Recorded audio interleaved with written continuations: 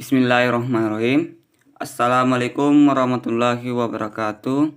Perkenalkan, nama saya Mahyudi dengan NIM 190910309, berasal dari kelas tambang A. Baiklah, saya akan menjelaskan materi UAS yang telah diberikan oleh Ibu, yaitu soal pertama, yaitu bagaimana cara menyusun metodologi penelitian. Dalam menyusun metodologi penelitian, kita harus memperhatikan yang pertama, mengidentifikasi, memilih dan merumuskan masalah. Yang kedua, menyusun kerangka pemikiran. Yang ketiga, merumuskan hipotesis. Yang keempat, menguji hipotesis secara empirik. Dan yang kelima, melakukan pembahasan.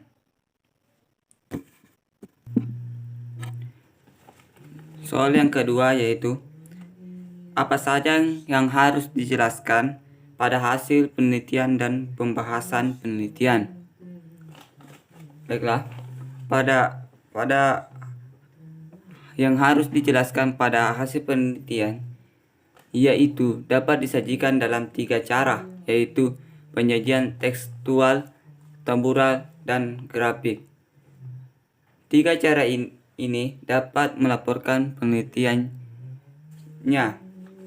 Pada penyajian tekstual, data hasil penelitian dideskripsikan sejelas mungkin dan terperinci mungkin, tapi tidak harus menyajikan semua hal.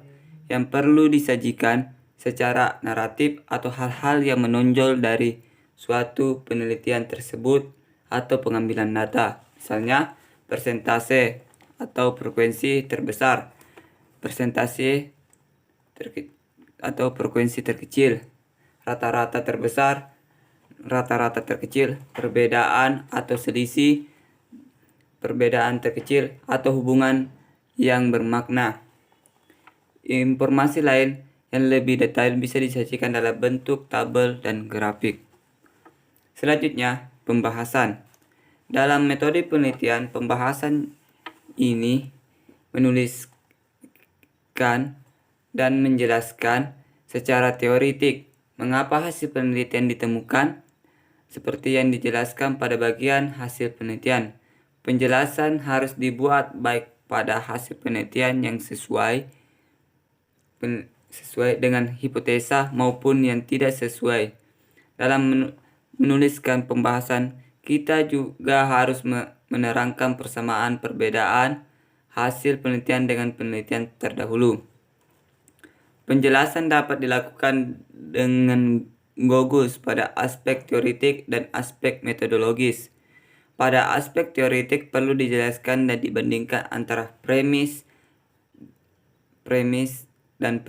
yang sudah digunakan untuk membangun hipotesa dengan kenyataan empiris yang ditemukan dalam penelitian.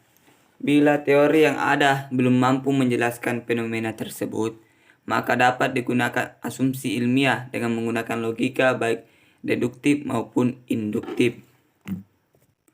Baiklah, pada soal ketiga, yaitu jelaskan cara membuat kesimpulan dan saran yang benar. Yaitu, dalam membuat kesimpulan harus menjawab masalah yang telah dirumuskan.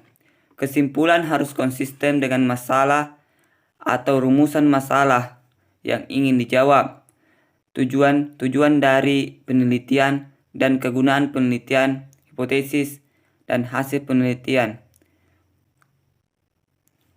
Selanjutnya, yaitu cara membuat saran yang benar. Saran yang benar yaitu merupakan konsep pemecahan masalah dari suatu penelitian. Saran juga merupakan implikasi dari kesimpulan yang harus dapat dioperasionalkan dalam kehidupan praktis, nyata, maupun angan-angan. Adapun saran yang baik yaitu saran yang membangun penelitian atau untuk mengembangkan penelitian. Soal keempat yaitu, apa perbedaan penelitian kuantitatif dan kualitatif. Kuantitatif berupa data yang numerik atau data yang dapat disajikan dalam bentuk angka, sedangkan kualitatif adalah data yang berupa variabel atau yang biasa disebut penelitian berdasarkan kualitas. Dan contoh dari penelitian kuantitatif yaitu pengaruh frekuensi belajar mahasiswa terhadap mata kuliah di pagi hari, dan contoh penelitian kualitatif yaitu analisis faktor yang mempengaruhi konsumen membeli suatu produk. Selanjutnya, soal yang kelima yaitu apa yang dimaksud dengan objek penelitian dan variabel. Objek penelitian adalah variabel yang berisi penelitian beserta karakteristik atau unsur-unsur yang akan diteliti.